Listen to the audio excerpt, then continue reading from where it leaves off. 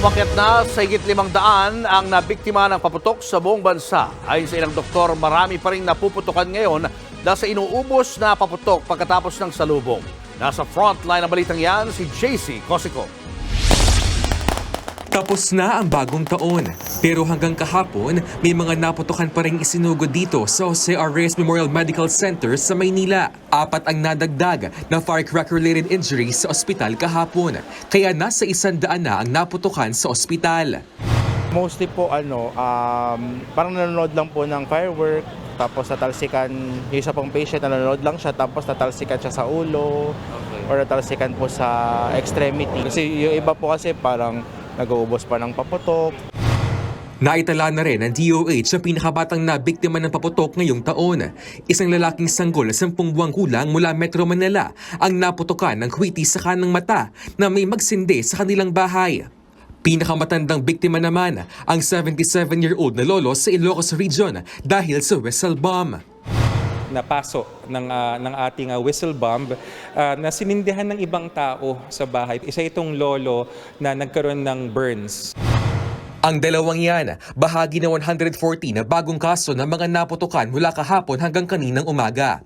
Kaya sumatotal, umabot na sa 557 ang bilang ng mga nabiktima ng paputok sa bansa. Pinakamataas na yan mula pa noong 2017 na may 469 cases. Target ng DOH na mabababa ang mga kaso sa susunod na taon. Community fireworks display na lang. Something that we want to work on in the coming Christmas 2024 and New Year 2025. We have 1 year ahead of us. Itong number na to na nakita natin, wag nating hayaang tumaas uli. Wala namang bagong biktima ng stray bullet o ligaw na bala, kahit na may inilalabas na datos na ang PNP. There is a validation process. Sometimes kasi the bullet injuries could actually be because of legitimate police operations. Ibig sabihin, merong kriminal at authorized use of force kinailangan gumamit ng barel. Ngayong tapos na ang bagong taon, binabantayan ng pagdami ng mga matetetano na isang uri na impeksyon. Ang ating fireworks kasi merong component niya na gumagamit sila minsan ng manure, ng dumi, ng hayop.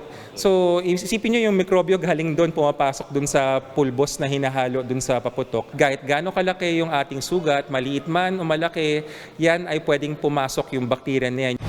Kaya kung nasugatan dahil sa paputok, mainam daw na dumiretso agad sa ospital.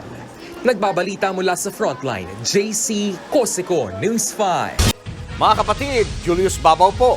Huwag maging huli at maging una sa lahat ng balitaan. Para sa tuloy-tuloy na talakayan sa Frontline, mag-follow at mag-subscribe sa social media pages ng News 5.